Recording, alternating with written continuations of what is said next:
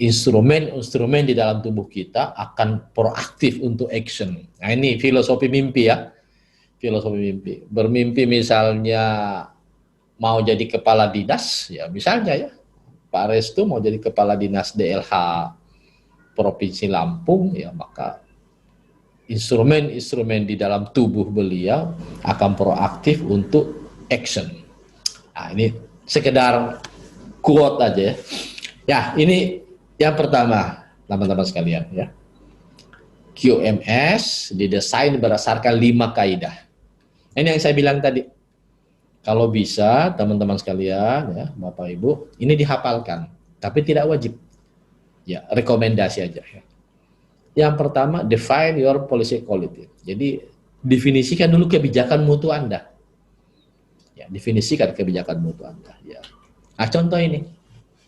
Ini kebijakan mutu. Apa makna kebijakan mutu? Kebijakan mutu, a quality policy is brief statement that align with your organization dan seterusnya ya, nanti dibaca ya. Jadi kebijakan mutu adalah pernyataan singkat.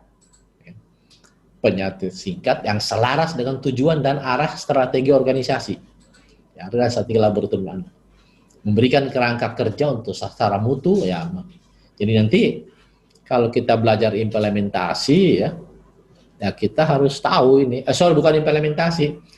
Kalau kita belajar manajemen review, kajian manajemen, ada salah satu tahapan yaitu tentang evaluasi sasaran mutu. Ada lagi tahapan yang lain, evaluasi kebijakan mutu. Ini harus match ya, matching ya, antara kebijakan mutu dan sasaran mutu. Ini contohnya, ini contohnya. Ini contoh saja ya. Ya mau ditiru boleh kan, nanti akan kami kirim soft copy-nya ya. Berkomitmen untuk menjalankan operasional laboratorium secara profesional. Ini yang kaidah yang pertama tadi ya, Bapak Ibu sekalian, define your policy on quality. Jadi nanti kalau Anda mau masuk di ISO apa saja, atau apa saja ya, kegiatan apa Anda saja, kita harus bertanya, ini kebijakan saya tentang ini apa? Misalnya Anda menjadi kepala desa misalnya ya, ini kebijakan saya apa ini sebagai kepala desa? Ya. Anda misalnya jadi kepala sekolah atau jadi rektor ya, atau jadi kepala balai. Ini apa kebijakan saya? Nah, di ISO juga begitu. Jadi kita harus kaidah pertama ini merupakan sangat-sangat fundamental. Define your policy on quality. Contohnya ini, kebijakan mutu. Ini kaidah yang pertama. Kaidah yang pertama. Berkomit, kaidah pertama ya, tentang kebijakan mutu. Itu saya kasih contoh ada 7 ya, Bapak Ibu mau nambahkan ya monggo, tapi jangan banyak-banyak ya, karena nafasnya itu di sini ya, nafasnya ya. Kebijakan mutu ini yang saya gerak-gerakan adalah pernyataan singkat yang selaras dengan tujuan dan arah strategi organisasi Anda. Nah, di sini nafasnya itu di sini. Jadi pernyataan singkat tetapi fundamental. Nah, ini contohnya ini singkat. Berkomitmen untuk menjalankan operasional laboratorium secara profesional. Ini kan ikrar ya. Berkomitmen untuk selalu meningkatkan mutu pengujian demi kepuasan pelanggan. Ini ikrar juga. Berkomitmen untuk menerapkan sistem manajemen mutu sesuai dengan standar 17025. Ini ikrar juga. Seluruh personel laboratorium dipastikan memahami dokumentasi sistem manajemen mutu dan menerapkan dalam pekerjaan mereka secara rutin. Jadi paham ya. Paham. Yang keempat, ya, yang kelima, seluruh personel laboratorium dipastikan bebas dari berbagai macam tekanan, supaya objektif, fair. Yang kelima, berkomitmen untuk menerapkan K3, keselamatan kerja dan pengelolaan limbah laboratorium. Yang ketujuh, berkomitmen untuk selalu melakukan perbaikan terus-menerus. Nah ini contoh ya, contoh mau dipakai ya silakan ya. Jadi ini yang pertama ya, kaidah yang pertama.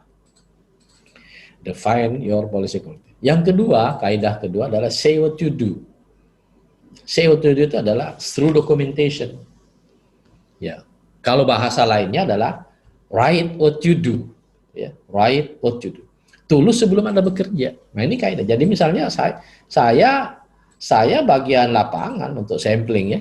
Maka sebelum saya sampling, ya saya harus harus nyusun dulu instruksi kerja tentang sampling, atau SOP tentang sampling, atau IKM tentang sampling. Nah, di dalamnya ada alat, ya saya nulis dulu IKA tentang alat sampling itu. Nah, di situ ya Bapak Ibu sekalian. Jadi apa namanya? Ini menjadi apa? Menjadi pegangan ya, menjadi pegangan ya. Jangan Anda mengatakan saya udah pengalaman ya.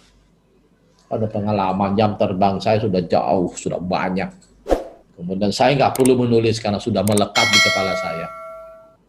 Ya. Di sisi lain Anda nggak salah. Tapi menurut ISO menyalahi kaidah. Nah, di sisi lain Anda nggak salah. Siapa? Misalnya ini. Siapa? Ibu Widi misalnya. Orang hebat, profesional. Terus mau melakukan pengambilan sampel sambil makanan misalnya. Ini saya udah hafal. Saya nggak usah bikin dokumen. Ya mungkin secara apa ya? Secara intelektual Anda nggak salah. Tapi baik kaidah menyalahi. Nah, jadi tulis dulu. Kenapa? Ini menarik. Karena pada saat asesmen ya, oleh asesor ya, tim asesor, dia bertanya, show me your documentation. Dokumentasi apa ya? Kalau misalnya topiknya tentang pengujian logam berat, atau pengujian sampel ikan, atau pengujian sampel makanan, minuman, mineral, dan seterusnya, asesor bertanya, show me your documentation. Nah ini berarti say what you do itu artinya apa? Write what you do. Tulis sebelum Anda bekerja. Sekali lagi bukan berarti tidak menghormati potensi intelektual Anda. Ya memang ini kaidah ISO yang dikonsensuskan. Sebab apa? Setiap pelaksanaan asesmen di lapangan atau audit, itu tim asesor bertanya, show me, tunjukkan kepada saya, mana dokumen Anda. Kalau tidak ada berarti menjadi non-conform, menjadi tidak sesuai terhadap apa? Ya terhadap kaidah ISO. Kenapa? Karena ini sudah dikonsensuskan. Ya. Nomor 3, do what you write atau do what you say. Ya.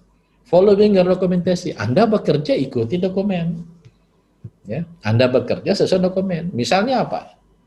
Pengukuran logam berat besi misalnya dengan menggunakan spektrofotometer, serapan atom dengan sistem nyala atau flame AAS. Anda masukkan dulu kaidah nomor 2, yaitu tulis dulu dokumen instruksi kerjanya. Setelah itu Anda bekerja sesuai dengan instruksi kerja itu. Nah ini fundamental. Sebab apa? Pada saat asesmen, biasanya asesor meminta dokumen kita. Mana dokumen kerja Anda?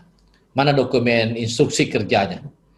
Kemudian setelah dia baca sepintas, ya kita diminta bercerita. Ceritakan kepada saya bagaimana Anda melakukan penentuan logam besi. Ya, setelah dia baca sepintas, ya, kemudian dia mendengarkan kita bercerita atau menjelaskan. Kalau tidak sesuai dengan yang tercantum dalam dokumen, dia mengatakan ini non-conform. Tidak sesuai antara 2 dan 3. Tidak sesuai antara right sama do-nya ya. Jadi do what you say. Following, ya ikuti your documentation. Ya, itu fundamental. Kaidah yang keempat, record what you did. Ya, atau ada juga mengatakan record all you did. Apa saja pekerjaan Anda harus bisa dibuktikan secara visual ya. Bukan berarti merendahkan daya ingat Anda, tidak. Ya memang ini kaidahnya begitu ya. Kaidahnya begitu ya. Jadi saya pernah sekali waktu itu saya masih aktif sebagai asesor kepala. Waktu itu langsung lab yang bersangkutan nggak saya luluskan. Tapi saya nggak sebutkan labnya karena nggak boleh menjaga rahasia. Saya setelah opening seremonial, kemudian saya melakukan asesmen lapangan di laboratorium. Kemudian saya menanya, mana rekaman-rekaman teknis Anda? Mana rekaman-rekaman teknis Anda? Kemudian si manajernya itu bertanya, Pak Adnan maksudkan yang mana? Saya bilang rekaman-rekaman pekerjaan Anda dan teman-teman di laboratorium ini. Terus dia tanya lagi, tujuannya apa Pak Adnan? Ya, saya bilang untuk membuktikan traceability pekerjaan Anda. Untuk membuktikan bahwa pekerjaan Anda itu traceable secara visual. Tertelusur secara visual. Langsung kemudian si manajer bersangkutan bilang, dia langsung menunjuk kepalanya. Wah, semuanya itu ada di kepala, Pak.